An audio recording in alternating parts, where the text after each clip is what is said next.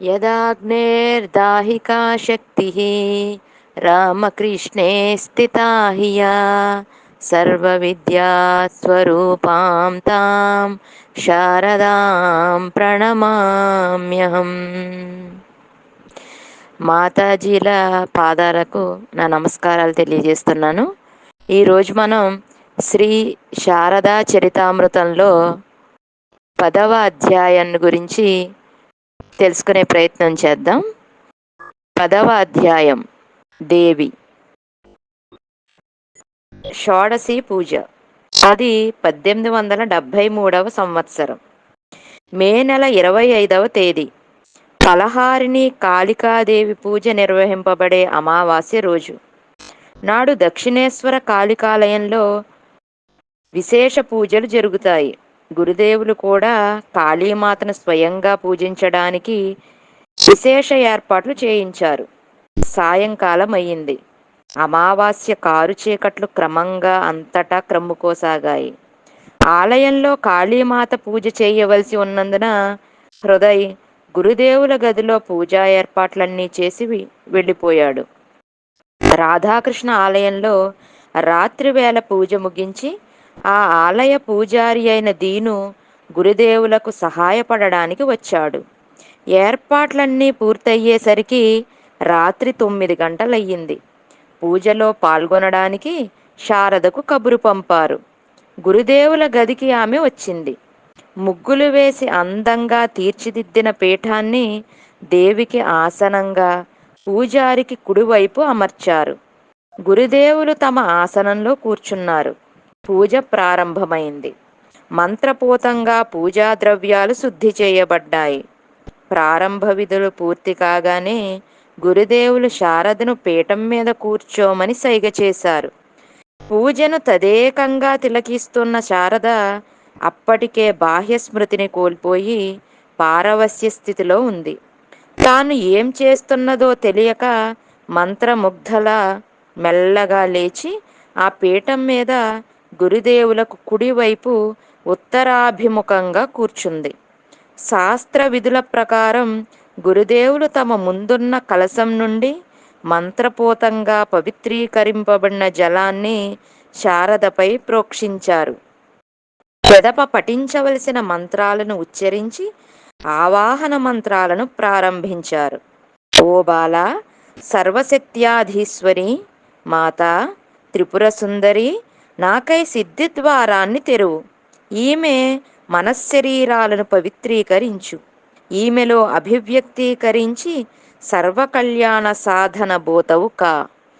ఆవాహనం పూర్తి చేశాక శారద శరీరంలో మంత్రపాఠంతో న్యాసక్రియను ముగించి షోడశోపచారాలతో అంటే అర్ఘ్యపాద్యాదులనే 16 ఉపచారాలతో నిర్వర్తించే పూజ. దానిని యథావిధిగా ఆమెను సాక్షాత్తు జగజ్జననిగా అర్చించారు. తదనంతరం నైవేద్యమర్పించి దానిలో ఒకంత తమ చేత్తో ఆమెకు తినిపించారు. ఈలోపు శారద బాహ్య చైతన్యాన్ని పూర్తిగా కోల్పోయి సమాధిమగ్నురాలయ్యింది. గురుదేవులు కూడా అర్ధబాహ్య స్మృతిలో మంత్రోచ్చారణ చేస్తూ సంపూర్ణ సమాధిలో లీనమైపోయారు. సమాధిమగ్నుడైన అర్చకుడు సమాధి స్థితిలో విలీనమైన దేవితో తాదాత్మ్యం చెందారు. చాలాసేపు గడిచిపోయింది. రాత్రి 2వ జాము గడిచి 3వ జాములో కూడా కొంత గడిచింది. ఆత్మారాములైన గురుదేవులలో బాహ్యస్మృతి జాడలు ఒకంత కనిపించసాగాయి. మునుపటి అర్ధబాహ్య స్మృతిని పొంది దేవికి ఆత్మనివేదనం చేయసాగారు. తమతో పాటు తమ జపమాలను, సమస్త సాధనా ఫలాలను శాశ్వతంగా దేవి పాదపద్మాల సమర్పించి మంత్రాలు ఉచ్చరిస్తూ దేవికి ప్రణమిల్లారు.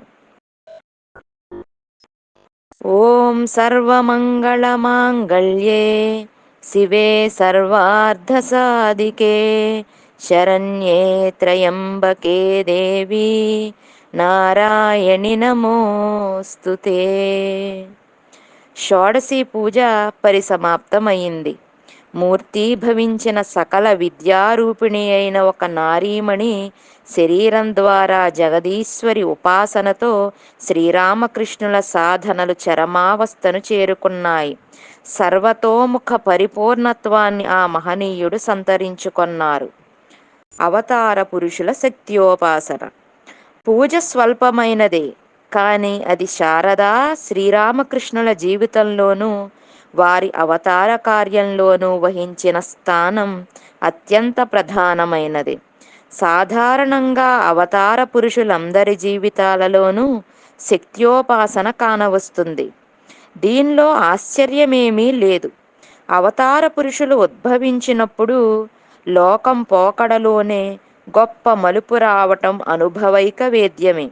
అందుకు అవసరమైన శక్తిని జగజ్జనని నుండి ఆరాధన మూలంగా వారు సంతరించుకుంటారు.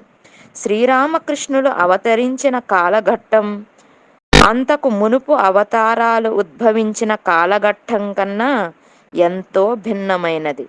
యథార్థమైన ఆధ్యాత్మికతను 19వ శతాబ్దం కన్నా క్లిష్టమైన సమయం మరొకటి లేదనే చెప్పాలి. ఈ పరిస్థితిని ఎదుర్కొని ఆధ్యాత్మికతను పరిపోషించడం సామాన్యమైన విషయం కాదు. అందుకేనేమో ఇతర అవతార పురుషులు ప్రత్యేక సమయాల్లో ప్రత్యేక విషయాలను ముందుగా మాత్రమే శక్తిని ఉపాసించగా శ్రీరామకృష్ణులు సమగ్ర శక్త్యోపాసకులయ్యారు. కానీ కాళీమాత ఉపాసకులైన ఈయన షోడశిని ఎందుకు పూజించాలి? పూజలందుకనే మూర్తిగా భార్యనే ఎందుకు ఎన్నుకోవాలి? లజ్జ, మార్ధవము, దృఢత్వము మూర్తీభవించిన ఆ భార్య కూడా ఆ పూజను ఎందుకు స్వీకరించాలి? ఈ ప్రశ్నలకు జవాబులు కావాలంటే షోడశీమూర్తి వైశిష్ట్యాన్ని మనం తెలుసుకోవాలి. దశ మహావిద్యలు.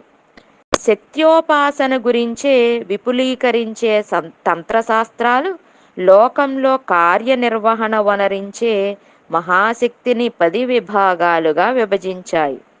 ఈ 10 శక్తులతో సంసర్గం పెంపొందించుకున్న వ్యక్తి అద్వితీయుడైన భగవంతుణ్ణి ప్రాప్తించుకోవచ్చు. ఆ ప్రాప్తించుకోవడానికి నిర్దేశించిన ప్రతి మార్గము ఈ దశమహావిద్యలలో ఒకటి. ఈ విద్యలలో ప్రతి ఒక్కటి ఒక్కో రకం విశిష్టతను కలిగినవి. కానీ అవి సాధకులను చేర్చే గమ్యం మాత్రం ఒక్కటే. ఈ దశమహావిద్యలే కాళీ, తార, షోడశి, భువనేశ్వరి, త్రిపుర, భైరవి, చిన్నమస్త, ధూమ్రావతి, బగళాముఖి, మాతంగి, కమలాత్మిక. వీరిలో ప్రతి ఒక్కరి శక్తి, ఆరాధనా విధానాలు వేర్వేరు. ఈ విషయాలన్నీ తెలుసుకోవటం మన ధ్యేయం కాదు. ఇక్కడ మనం స్థూలంగా తెలుసుకోవలసినది షోడశీ శక్తిని గురించి. షోడశి. నేను ఎన్నో దేవీ రూపాలను దర్శించాను, కానీ షోడశీదేవి సౌందర్యానికి దీటురావు అనేవారు శ్రీరామకృష్ణులు. సౌందర్యాది దేవత ఆమె, కామమనే మహాశక్తి ఆమె. అఖండ పరబ్రహ్మంలో నేను అనేకమవుతాను అంటూ ప్రప్రథమంగా ఉదయించిన కోర్కె స్వరూపమే ఆమె.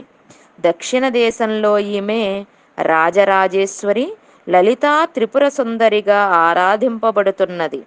ఈమె ఆరాధనా పద్ధతే శ్రీ విద్యగా దక్షిణ దేశంలో ఖ్యాతిగాంచింది.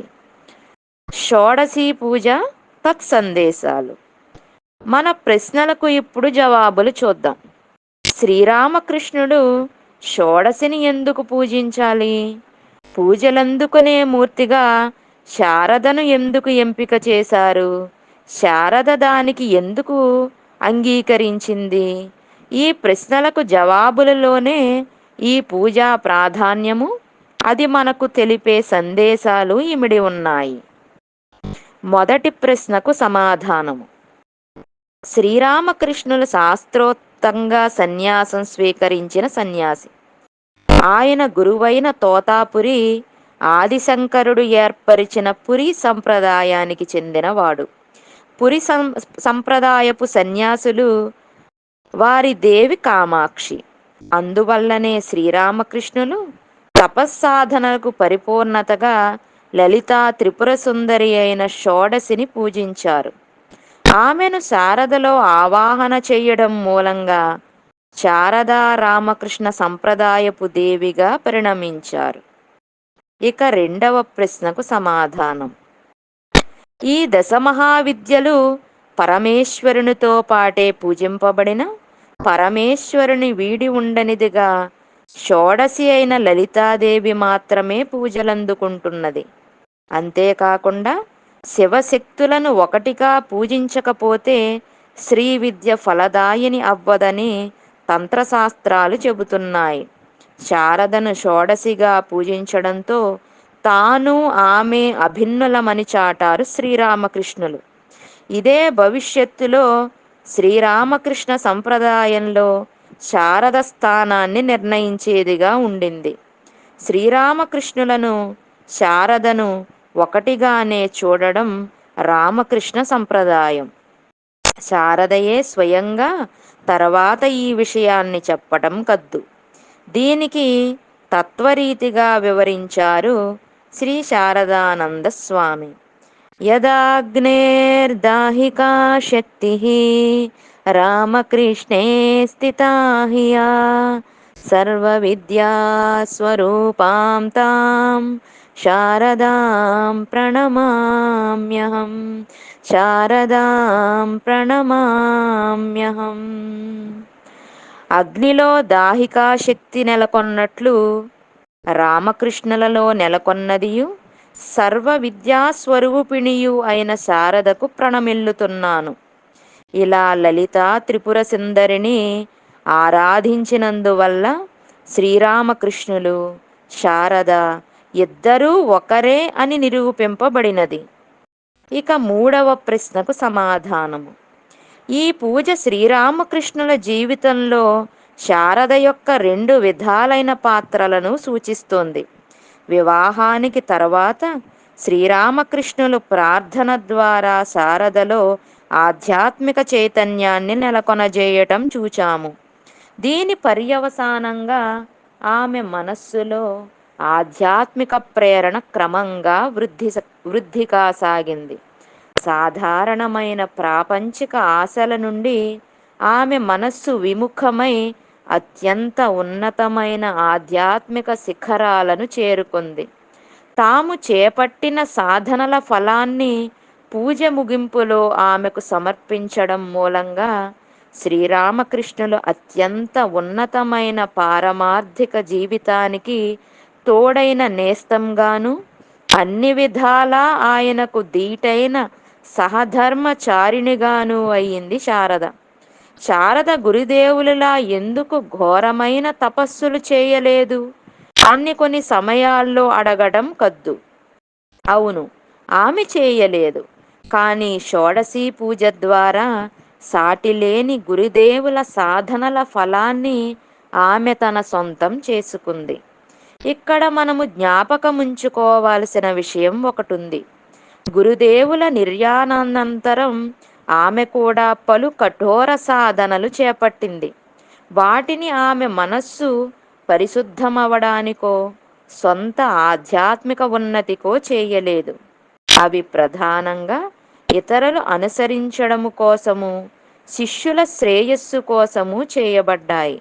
అంత మాత్రమే కాదు, ఆమె జీవితం మహిళా లోకానికి ఒక ఆదర్శ జీవితంగా రూపుదిద్దుకోవాల్సి ఉండింది.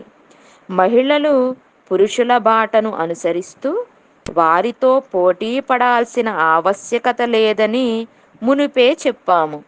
శారద కూడా శ్రీరామకృష్ణులు చేపట్టిన సాధనల లాంటివి కాక స్త్రీల కోసమై తపస్సులను అనుష్ఠించింది. తద్వారా స్త్రీలకు అనుచితమైన తపోనిష్ట ప్రప్రథమంగా నిర్దేశింపబడింది. వీటిని తర్వాత వివరంగా చూడనున్నాం. మరొక రకంగా కూడా షోడశీ పూజ శారద జీవితంలో ప్రాధాన్యాన్ని సంతరించుకుంది. అది శ్రీరామకృష్ణుల అవతార కార్యంలో వారసులిగా ఆమెను తీర్చిదిద్దడం. తమలో ఎలాంటి దివ్యశక్తి లోకహితం కోసం అభివ్యక్తమైందో ఆ అద్భుత శక్తిని ఈ పూజ ద్వారా శారదలో పాదుకొల్పేటట్లు చేశారు శ్రీరామకృష్ణులు. అప్పటి నుంచి ఆమె మనశ్శరీరాలు ఆ అద్భుత శక్తికి ఆలవాలమయ్యాయి. ఆమె భవిష్యత్తు కార్యాలన్నీ స్వీయ కాంక్షలు తీర్చుకునే విధంగా కాకుండా శ్రీరామకృష్ణుల ఆదర్శప్రాయ జీవితం మహత్వపూర్ణ కార్యాన్ని నిర్వర్తించేలా రూపుదిద్దుకున్నాయి. తద్వారా శారదా శ్రీరామకృష్ణులు కాళీమాతచే నియంత్రింపబడే ఆత్మగా, ఒకే ప్రాణమున్న రెండు శరీరాలుగా పరిణమించారు. ఆ తరువాత శ్రీరామకృష్ణులు జీవించి ఉన్నంత వరకు ఆయనకు సేవ చేయడం మూలంగా ఆయన అవతార కార్యంలో సహాయకురాలిగా విరాజిల్లింది శారద. ఆయన నిర్యాణానంతరం పూర్తి బాధ్యత ఆమె భుజస్కంధాలపై పడింది. 34 సుదీర్ఘకాలం ఈ మహత్కార్య బాధ్యతను చేకొని శ్రీరామకృష్ణుల అవతార ఆదర్శాన్ని లోకంలో పాదుగొల్పేందుకు రాత్రింబవళ్ళు ఆమె శ్రమించారు. ఈ పూజ ద్వారా శారద ఒక మామూలు వ్యక్తి కాదని లోకానికి చాటి చెప్పారు శ్రీరామకృష్ణులు. కాలాంతరంలో ఒకసారి లక్ష్మి మాతృదేవితో, అది సరే, మీరేమో మూర్తీభవించిన లజ్జాస్వరూపిణి. గురుదేవులు మిమ్మల్ని తాకి పూజ చేసినప్పుడు, నుదుట తిలకం దిద్దుతున్నప్పుడు, వస్త్రాలు సమర్పించినప్పుడు ఎలా తట్టుకోగలిగారు అని అడిగింది. అందుకు మాతృదేవి ముక్తసరిగా, అప్పుడు నేను నేనుగా లేను అని జవాబిచ్చారు. తాను సామాన్య మానవ మాతృరాలిగా కాకుండా దేవిగా ఉండడాన్ని ఆమె అలా సూచించి ఉండాలి. శ్రీరామకృష్ణులు కూడా అనేక సందర్భాలలో ఆమె దివ్యత్వాన్ని గురించి, ఆమె శారద, సరస్వతి, జ్ఞానాన్ని ప్రసాదించడానికే లోకంలో అవతరించింది. కానీ బాహ్యమైన అందాన్ని మరుగుపరుచుకొని ఈసారి అవతరించింది. లేకపోతే దుష్టులు ఆమెను తప్పుడు భావంతో చూసి వినాశనం చవిచూసి ఉండేవారు. ఆమె సామాన్యురాలా, ఆమె నా శక్తి అంటూ వ్యాఖ్యానించి ఉన్నారు. మన మాతృదేవిని ఎవరు అర్థం చేసుకోగలరు? మహాయోగులకు సహితము ఆమెను అవగతం చేసుకోవడం కష్టం. ఇక సామాన్యుల గురించి చెప్పాలా? అవతార పురుషులైన శ్రీరామకృష్ణులు చేసిన పూజను స్వీకరింపగలిగే శక్తి ఒక మామూలు స్త్రీకి ఉంటుందా అనే ప్రశ్నను లేవదీశారు శ్రీ బ్రహ్మానంద స్వామి. శారదను గురించి ఇలాంటి ఇంకా ఎన్నెన్నో విశేషాలను మున్ముందు మనం చూడనున్నాం. ప్రస్తుతానికి ఆమె మహత్వాన్ని మాత్రమే దృష్టిలో ఉంచుకొని చరిత్రను ముందుకు సాగిద్దాం. పూజానంతరం శారదమ్మ యొక్క పరిస్థితి. శారద మెల్లగా లేచి మానసికంగా గురుదేవులకు ప్రణమిల్లింది.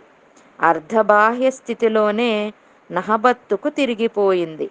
షోడశీ పూజ ఆమెలో ఎన్నెన్ని అద్భుత పరిణామాలను కలుగజేసి ఉంటుందో, ఎన్నెన్ని ఉన్నతమైన ఆధ్యాత్మిక స్థితులు ఆమెలో నెలకొల్పిందో. ఈ విషయం గురించి ఆమె ఎవరికైనా ఏమైనా చెప్పింది అంటే లేదు అనేదే సమాధానం. కాలాంతరంలో ఎవరైనా అడిగినా కూడా అవును, పూజ జరిగింది, అప్పుడు నాకు 16 ఉండవచ్చు అని మాత్రం చెప్పి మరో విషయం గురించి ప్రస్తావించేవారు. ఆమె అంతరంగాన్ని ఇతరులు గ్రహించలేరు. బాహ్యంగా ఏమైనా మార్పులు కనపడ్డాయా అంటే అలాంటివేమీ లేదనే చెప్పాలి. పూజానంతరం ఆమెకు ఎదురైన సమస్య ఒక్కటే. పూజ సమయంలో శ్రీరామకృష్ణులు సమర్పించిన చీర, గాజులు ఇత్యాదులు ఏం చెయ్యాలో ఆమెకు పాలుబోలేదు. ఈ విషయంగా గురుదేవులను అడిగినప్పుడు ఆయన ఒకంతసేపు ఆలోచించి, మీ అమ్మకు ఇవ్వు, కానీ ఆమెను ఒక సామాన్య స్త్రీగా కాకుండా ఆదిపరాశక్తిగా భావించి సమర్పించు అన్నారు. శారద అలాగే చేసింది. దాంతో ఆ సమస్య తీరిపోయింది. అలాంటి మహాసాగరం శారద. సముద్రంలో ఎన్నెన్ని వింతలు ఉంటాయి. దాని ఉపరితలాన్ని మాత్రం చూసేవారు అడుగు భాగం చూడగలుగుతారా? సముద్రంలో అలలు ఉవ్వెత్తున లేచి దాని మహత్వాన్ని చాటుతాయి. కానీ శారదా సాగరంలో అలలో నురుగో లేదు. అలలు లేని గాంభీర్యం ఒకటే ఆమెలో నెలకొని ఉంది. పూజానంతరం గడిచిన ఆమె జీవితంలోనూ గొప్ప సంఘటనలు అంటూ ఏమీ లేవు. కానీ నిశితంగా చూస్తే ఆ సమయంలో మహత్కార్యం కోసం తనను ఆయత్తపరుచుకోవడం కానవస్తుంది. 2 రకాల అభ్యాసాలు. విజయవంతమైన జీవితం గడపాలంటే 3 నిజాలు గుర్తుంచుకోవటం అనివార్యం. మనిషి అంటే మానం, ప్రపంచం, భగవంతుడు. ఈ నిజాలనే మన వేదాలు, ఉపనిషత్తులు వక్కాణిస్తాయి. భగవంతునితోనూ ప్రపంచంతోనూ మన బాంధవ్యం ఎలా నెలకొని ఉందనే విషయం పైన మన జీవితం విజయము, అపజయము ఆధారపడి ఉంటుంది. భగవంతునితో బాంధవ్యం కల్పించే మార్గాన్ని గురువు చూపిస్తాడు. ప్రపంచంతోటి మన బంధుత్వాన్ని మామూలుగా ప్రపంచం నుంచే నేర్చుకోవాల్సి ఉంటుంది. గద్దలాంటి 24 ప్రాణులను తమ గురువుగా ఒక అవధూత స్వీకరించాడని భాగవతం చెప్పడము, సత్యకామునికి, ఉపకోసల కామలాయునికి ఎద్దు, పక్షి, అగ్ని లాంటివి ఉపదేశించినట్లు ఛాందోగ్యోపనిషత్తు తెలుపటము, ప్రపంచంతోటి బాంధవ్య పద్ధతిని నేర్చుకోవడాన్నే తెలియజేస్తున్నాయి. మనస్సును తెరిచి ఉంచితే ప్రపంచం ఒక తెరిచిన పుస్తకంగా దాని రహస్యాలను మనకు వెల్లడిస్తుంది. 2 బాంధవ్య పద్ధతులు పరస్పరం పెనవేసుకొని ఉన్నాయి. రెండిటికీ అభ్యాసం అవసరం. సామాన్యంగా పారమార్థిక జీవనం అనగానే ప్రపంచాన్ని వర్జించాలి అని అనుకుంటారు. అందువల్లనే అనేకులు పారమార్థిక జీవితం మీద విముఖత చూపిస్తూ జీవించాల్సిన పరిస్థితి ఏర్పడింది. కానీ శారద జీవితం ఈ 2 జీవితాల మేళన కోసం ఏర్పడినట్లుగా అలరారింది.